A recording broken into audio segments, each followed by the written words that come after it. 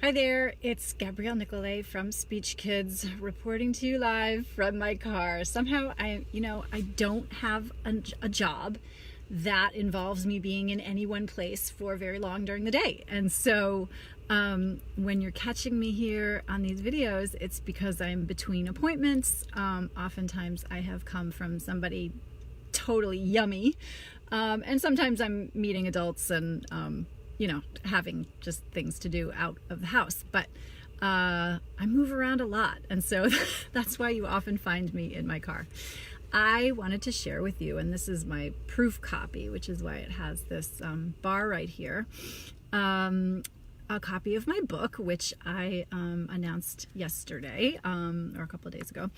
And I just wanted to share in this quick video a little bit of information about the book, who it's for, what's in there, and then I think I might read you one of the stories that's in here, a little tale of inspiration. So the reason I wrote this book is because there's all this information when parents call me because they're worried about their child, and there's a series of questions that I actually will ask you from the book in a second, but when parents call me, they don't quite know where to look for the information that they need in order to make decisions about whether or not their kid needs therapy, about whether or not they need to go through insurance, about how it works, what's the schedule, is it a lot, can you even do speech therapy with a 2-year-old, for example, because a lot of people envision therapy as being sort of sitting down at the table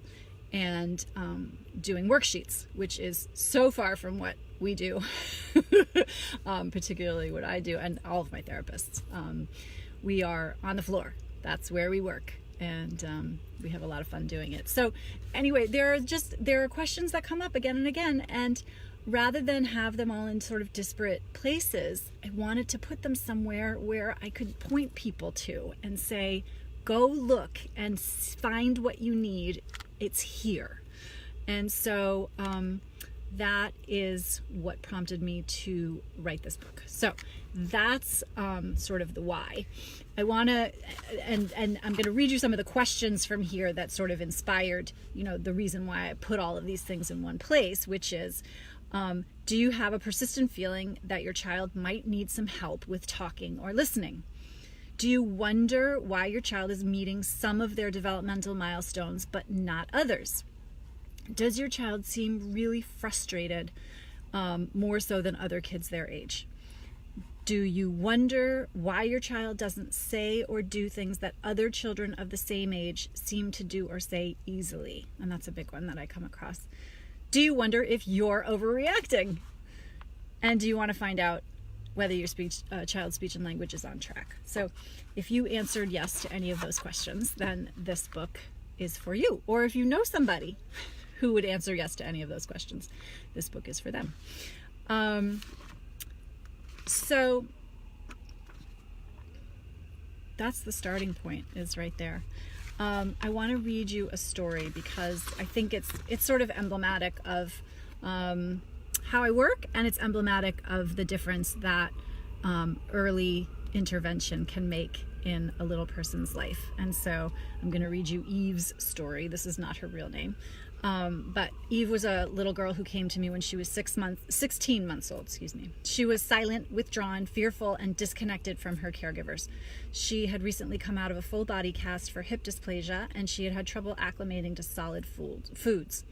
Her mother told me at the time that some of her doctors had said that she would never speak. And in fact, some of her doctors thought that she was autistic and that her mother should just sort of throw in the towel, which didn't make a lot of sense to me at the time and still doesn't.